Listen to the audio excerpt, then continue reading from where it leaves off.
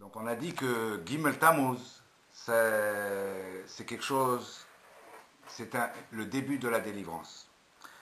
Il y a des événements qu'il faut essayer de comprendre. Le rabbi, il a arrêté de parler de ce. Donc la Malchoute s'est arrêtée. Zar Adar Tafshinun Bet. Le 27 Adar 5752, quand le Rebbe a eu son stroke au OL du rabbi précédent. Il a arrêté de parler en public. Il a eu une deuxième attaque, le 2 Zahadar Nundalet, et il y a eu Gimel Tammuz, ce que beaucoup de gens disent un voilement.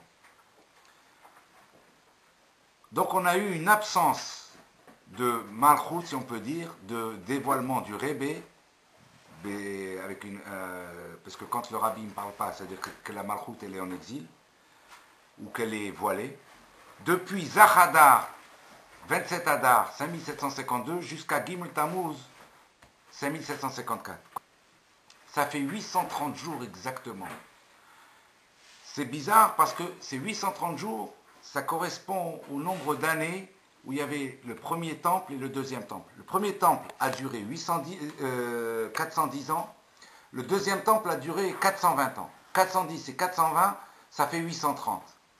Or, c'est marqué que quand il y a eu la destruction du Beth Amikdash, que Dieu n'a que les 4 coudées de la halacha. C'est qui les 4 coudées de la halacha? C'est les 4 coudées où il y a le Nasiador pour s'exprimer.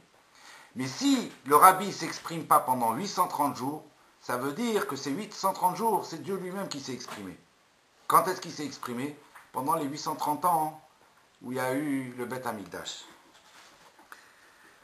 Le rabbi, ayant fini ce qu'il avait à faire ici, pour notre génération, ayant préparé toute notre génération, il part faire une mission Gimel Tammuz, qui s'appelle Atrata de Gioula, le début de la délivrance. Qu'est-ce qui reste à faire au Melech HaMashiach pour amener la Gioula? Qu'est-ce qui reste? Alors il reste une seule chose, c'est de réparer la création. Qu'est-ce que ça veut dire réparer la création? Adam Arishon, par la faute de l'arbre, de la connaissance, il a amené la mort dans le monde. Donc le Mashiach, comme c'est lui qui devra annuler la mort, donc il va réparer toutes les années depuis la création du monde jusqu'à maintenant. Et d'ailleurs, il y a un passouk qui dit, à propos des Juifs, quand Moshe Rabbeinu il a envoyé les Meraglim en Israël, ils ont passé 40 jours, et quand ils sont revenus, qu'ils ont dit du mal, tout ça, donc Dieu leur a dit, vous allez être punis, 1 an pour 1 jour. Et effectivement, les Juifs sont restés 40 ans dans le désert. Mais le passouk, il aurait dû dire 1 jour pour 1 an. C'est-à-dire chaque jour que vous avez passé en shlichut, vous allez rester 1 an en exil dans le désert. Or, le passouk dit Yom Lashana, Yom Lashana. 1 jour pour 1 an, 1 jour pour 1 an. Donc ça aussi, 1 jour pour 1 an, 1 jour pour 1 an, ça a son importance. Parce que c'est dans le cadre, justement, puisque si les Bnei Israël étaient rentrés en Eretz Israël, il y aurait déjà eu avec Moshe Rabbeinu, il y aurait eu la Géoula, les Hatid Lavo, tout aurait été fait. Quand on regarde que le Rabbi il a commencé sa mission, Gimel Tammuz, Tafshin Nun Dalet,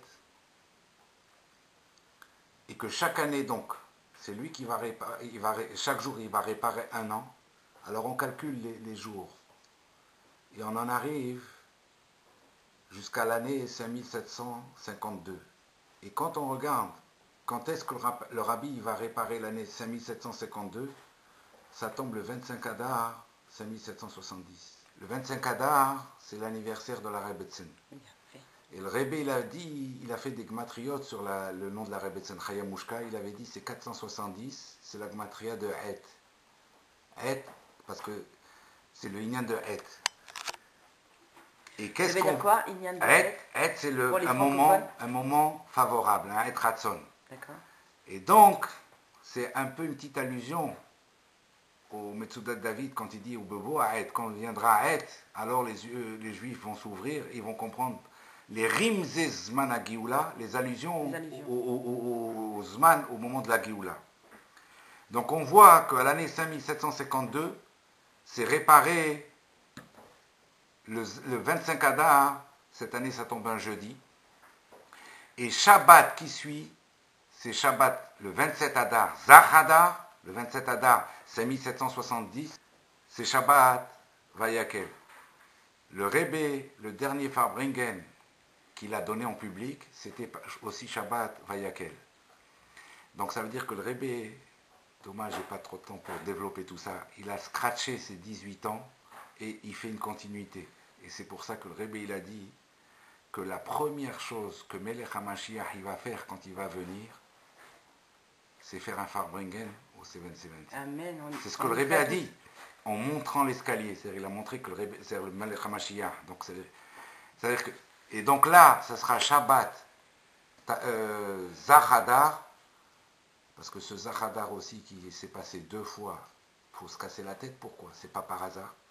Et donc, Bezrat Hashem, il y en a, ils m'ont posé la question, mais alors, quand on regarde jusqu'à 5770, alors je leur dis, quand on calcule depuis le 27 Adar, 5770, plus les jours qui manquent, 16 jours pour 5770, eh bien ça tombe Pessah 5770. Et donc cette année, Pessah 5770, Bezrat Hashem ou Bishorato, on sera tous à Yerushalayim, amen, amen, avec le Rebbe à la tête de tout le peuple juif.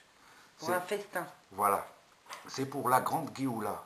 Dieu veut, il y a des développements sur tout cela, avec tous les Mekorot, toutes les sources, et comment on en est arrivé là.